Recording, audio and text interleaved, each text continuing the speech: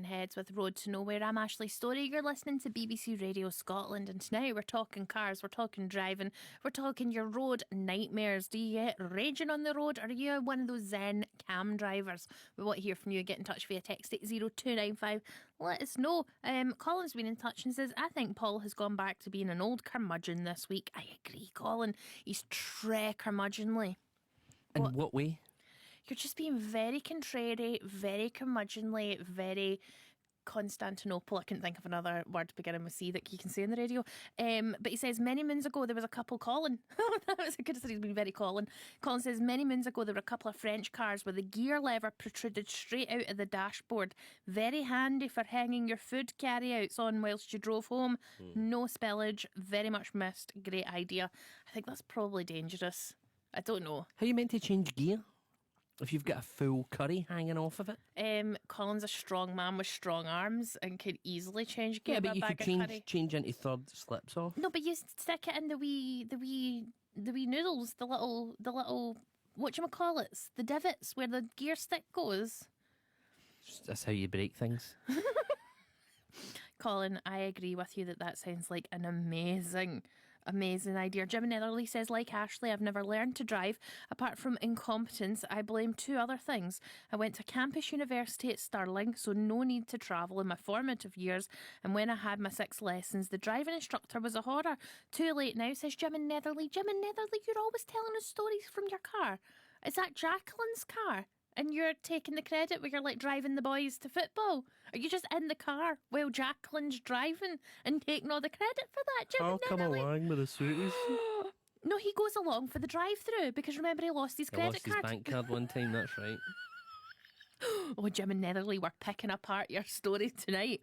We've got a wee message here, and this is actually in reference from something else we were asking about, because Dan and Claire and Hamish the van, they went to Alabama, and I wanted to know about Alabama white sauce, which is a kind of white barbecue sauce that they put on chicken over there. They've responded, hello again. Yeah, you need to read it out. I like the way they've phrased this. A couple of weeks ago, I was driving from Alabama to Nashville. Ashley wondered about the white sauce in Alabama. It's called Alabama white sauce.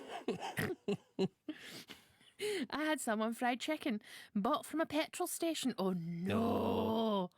No, was it good though? Because other countries have good petrol station foods. I've watched YouTube videos about it. Like in Korea, in South Korea, they have amazing petrol station food.